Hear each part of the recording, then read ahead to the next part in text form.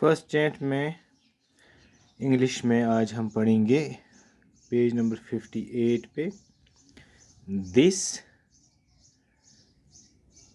And that. हमें पढ़ना है कि दिस का यूज़ कहाँ पे होता है और दैट का यूज़ कहाँ पे होता है।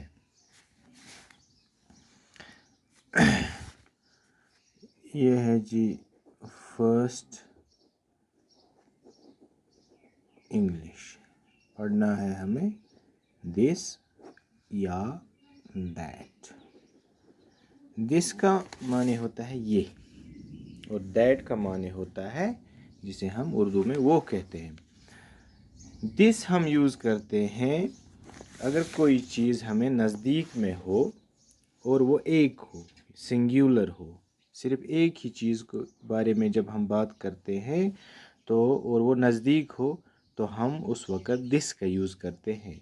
जैसे मेरे हाथ में ये पेन है, ये एक ही है तो हम कहेंगे दिस इज़ ए पेन। ये एक पेन है। दिस सिर्फ एक ही पेन है, दिस इज़ ए पेन।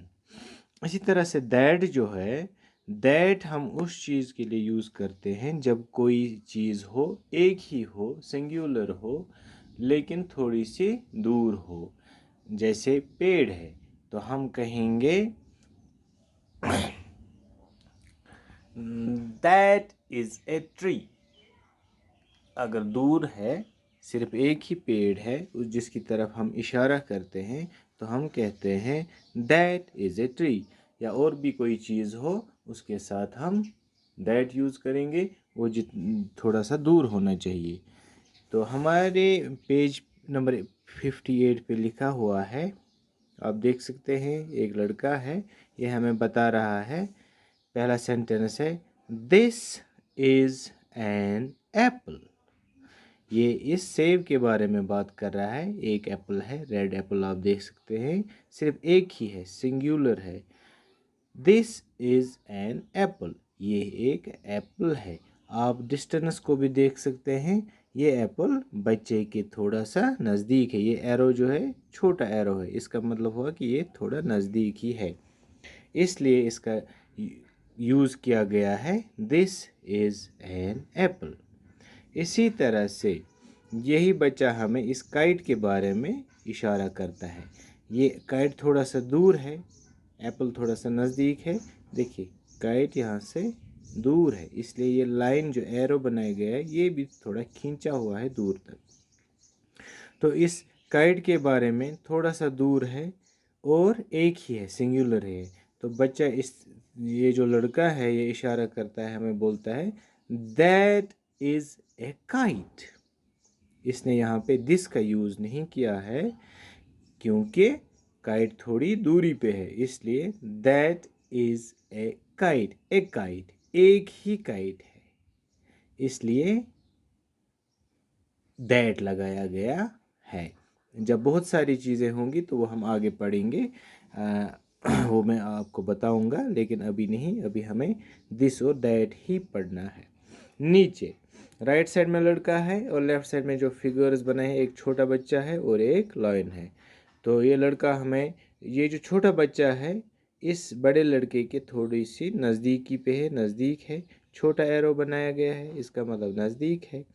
तो फिर हुआ है यूज़ दिस का। जो चीज़ नज़दीक हो और सिंगुलर हो यानी कि एक ही हो तो उस वक़्त हम दिस यूज़ करते हैं। यहाँ भी लिखा गया है this is a boy, this is a boy. फिर नीचे शेर जो है, लॉयन, बबर शेर, वो थोड़ी दूरी पे है।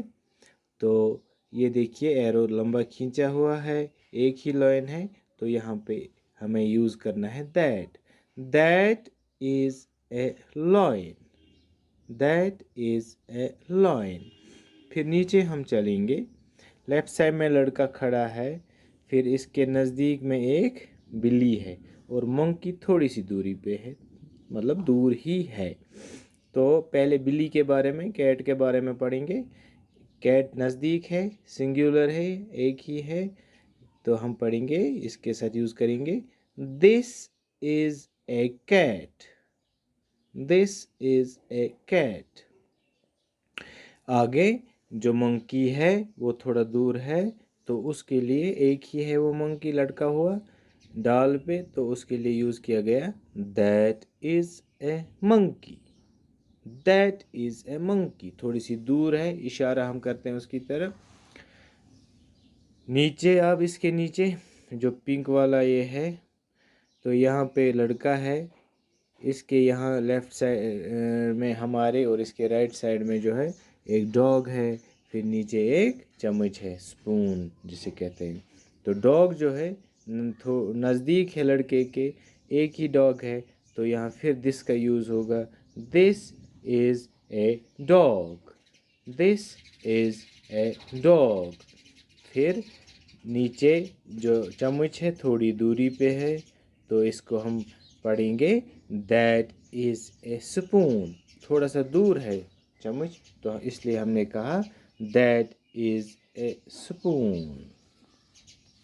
इसी तरह से 59 पे यही कंटिन्यू हो रहा है, तो इसके बारे में हम कल पढ़ेंगे। यही दिस और दैट का और एक्सरसाइजेज हैं, ये आप लोग खुद भी पढ़ोगे और हम भी पढ़ेंगे, फिर आगे हम और पढ़ेंगे।